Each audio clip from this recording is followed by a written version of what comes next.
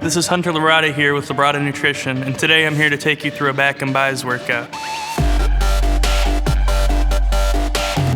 The goal of today's workout is hypertrophy, or muscle growth. With that in mind, everything today is going to be slightly higher reps, somewhere between 10 to 15, and we're going to be keeping our rest periods low. Ideally 45 to 60 seconds in between the sets. For today's back and bis workout, we're going to start with straight arm push downs. From there, we'll move on to barbell rows and then wide grip lat pull downs. After lat pull downs, we'll move on to low cable rows, and finally, we'll finish up with rack pulls before moving on to biceps. For biceps, we're going to start with seated alternating dumbbell curls before moving on to standing alternating hammer curls. Once we finish that up, we're going to move on over to the cables, and we're going to do straight bar cable curls followed by rope hammer curls. All right, guys, let's get into our straight arm push downs. Straight arm push downs are by far one of my favorite back exercises, and I've started just about every back workout for the last 3 years with them. It serves as both a warm-up and a pre-exhaustion for the rest of the back workout. When doing these, you're going to want to make sure your arms are not perfectly straight, but have a slight angle in them the entire time. Aim to keep that angle in your arm, and then bring your elbows back as far as you can while keeping your chest out. Doing so will maximally activate your lats and take out as much as you can using other body parts. You'll notice the handle I'm using is the narrow V handle because they slightly pronate the hands, which is an optimal hand position for stretching the lat at the top of the rep. Moving on to bent over underhand barbell rows. I prefer to do these underhand as opposed to overhand because when you do them underhand, you're able to track your elbows back more naturally as opposed to having your hands overhand and you have a tendency to chicken wing or like pull your elbows out as you pull the weight up. All of the pull should come from your lat, and you can do that by concentrating on pulling your elbows back. Pretend you have strings tied to your elbows and someone's pulling those strings to get the weight up. Some other things to keep in mind when you do this exercise is you're going to want to keep a tight, flat lower back the whole time. Bent at the hips, but keeping a flat lower back. Next on our list today is wide grip lat pull downs. When doing this exercise, you're going to want to take a grip that's slightly wider than shoulder width. I don't really believe in going super wide because I think it places a lot more stress on the biceps than it does actually with your back. By keeping your grip slightly wider than shoulder width, you set yourself up to have the optimal track of motion and range of motion for this exercise. Before you even do a rep, you're going to want to keep a big chest. What that looks like, obviously, you'll see when I'm doing these reps, is my shoulders are back and my chest is out the entire time. You'll notice whenever I do these, I keep my body pretty darn near 90 degrees straight up, maybe a little bit back just so I don't take my nose off with the handle, but whenever you lean way far back, you are not targeting your lats as much as you're targeting your upper back, such as your trapezius and your rear delts.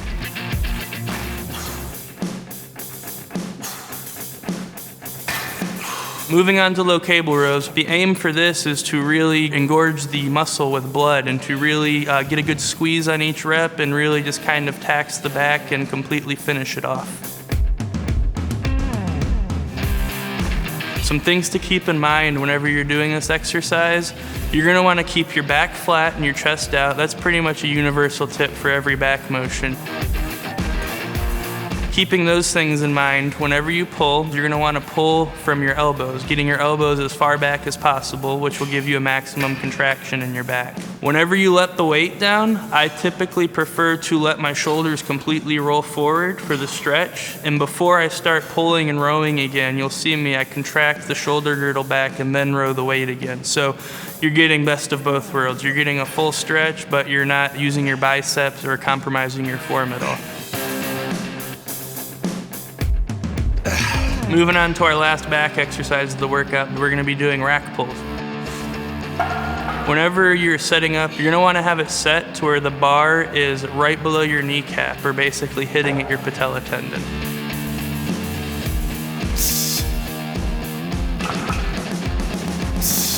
I am a big proponent of rack pulls over standard deadlift. in my training split, I train legs twice a week, so my legs are always really sore.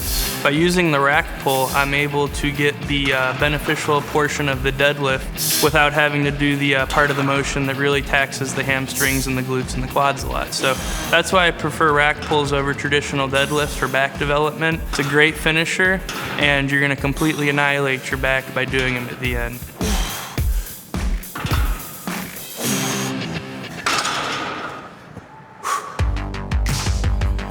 Now that we got back knocked out, we're gonna move on to biceps. First on the list is seated alternating dumbbell curls. When we do these seated dumbbell curls, instead of alternating 1 rep on one arm, then 1 rep on the other, we're gonna be doing 5 on one arm, then 5 on the other arm, then 5 on one arm, then 5 on the other. By doing so, you're doing 5 at a time, and time under tension is one of the main contributing factors to muscle growth. If you find yourself asking, why are we doing biceps after back?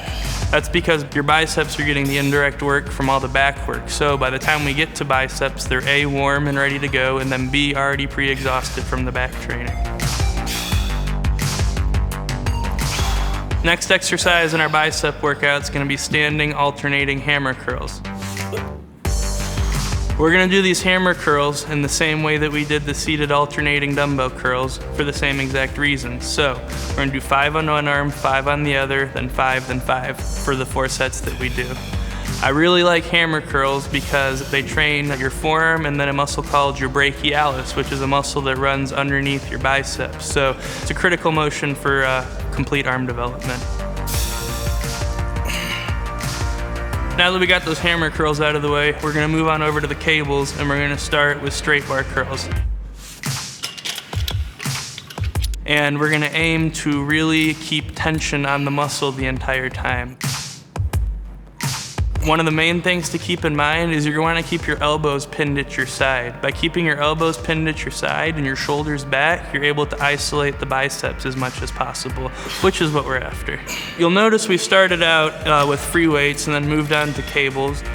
The reason for that is as the bicep tires, I like to really keep tension on it the whole time. And when you're lifting a free weight, you'll lift it, and towards the top of the rep, you'll notice it gets easier and easier and easier to the point where you can, like curl it up far enough to where it's basically just resting there instead of actually pulling on the bicep. With the cables, that's not the case. Even at the very top of the rep, the bicep's still under the full amount of tension that it was at the bottom of the reps. So last exercise of the day is going to be a rope hammer curl. Same thing as the previous cable exercise, you're gonna wanna pay a lot of attention to keeping your shoulders and your elbows stationary and pinned at your side and your shoulders back. When doing this, you'll notice that I like to not have my thumbs wrapped around the rope. It's almost like a thumbs up position. Also, you'll notice that whenever I'm curling the weight up, I have my hand flexed back, which also contracts the forearm and the brachialis more than having it straight. So for this workout, you're gonna wanna be doing it at least once a week, and I wouldn't recommend doing it any more frequent than once every 4 days. It's definitely a taxing workout, but listen to your body. If your body feels fresh, you're no longer sore, nothing's aching, that's a good indicator that your body's recovered from the workout. You never wanna train a sore muscle though, because a sore muscle is an unrecovered muscle. If you have any questions about this workout or anything else regarding training or nutrition, don't hesitate to ask. I'm on BodySpace and Instagram. My handle's Hunter Labrada, all lowercase, no spaces. For more free videos and articles from athletes like me, keep on coming back to Bodybuilding.com.